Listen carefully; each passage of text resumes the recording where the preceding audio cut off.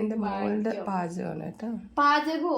പാചകമൊന്നല്ല, ഇവക്ക് വെറുതെ ഇരുന്നപ്പം contents milk വെറുതെ കഴിക്കണം പോലും.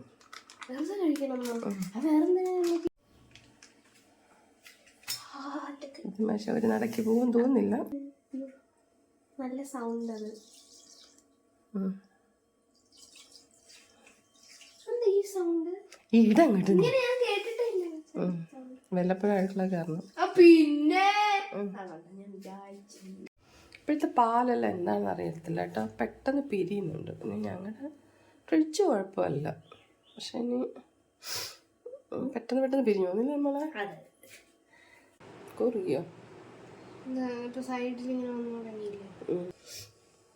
ഷെഫ് എക്സ്പ്ലെയിൻ ചെയ്യൂ.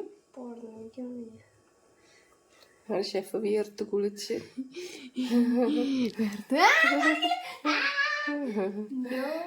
കുറുകിയിട്ടുണ്ട്. കണ്ടൻസ് മിൽക്ക് വേണമെന്ന് പറഞ്ഞു. ഞാൻ പറഞ്ഞു എന്നെ കൊണ്ട് വയ്യ, കാരണം ഞങ്ങൾക്ക് എല്ലാവർക്കും പനിയാ. ഇവിടെ ഒന്ന് ഞാൻ അങ്ങോട്ട് പറഞ്ഞ ഞാൻ എന്തെങ്കിലും ഉണ്ടാക്കട്ടെ. ഞാൻ പറഞ്ഞു ഉണ്ടാക്കിക്കോളാൻ പറഞ്ഞു. വിടുവോ കേട്ടോ പറഞ്ഞു നീ നീക്ക് അമ്മയാ നീങ്ങണ്ട. ഈ പരുവാകുമ്പോ നമുക്ക് എടുക്കാം കേട്ടോ, കാരണം അത് ഇരുന്ന് കുറുകും.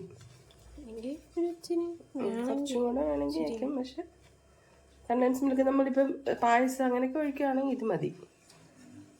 ഇത് നോക്കട്ടെ, പായസത്തിന് എടുക്കാം, പിന്നെ നമുക്ക് എന്തിനാ പുഡിങ്ങിന് എടുക്കാം.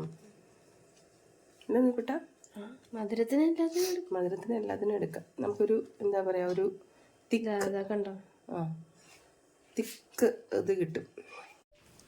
ദേ നിധിക്കുട്ടൻ്റെ കണ്ടൻസ് മിൽക്ക് റെഡി. ഇരുന്ന് കുറുകും കേട്ടോ. തീ ഓഫ് ചെയ്തിട്ടുണ്ട്. നിങ്ങൾക്ക് എന്താണെന്ന് വെച്ച് ഉപയോഗിച്ചു. ചായ ഇടാൻ വേണ്ടി ഉപയോഗിക്കാം.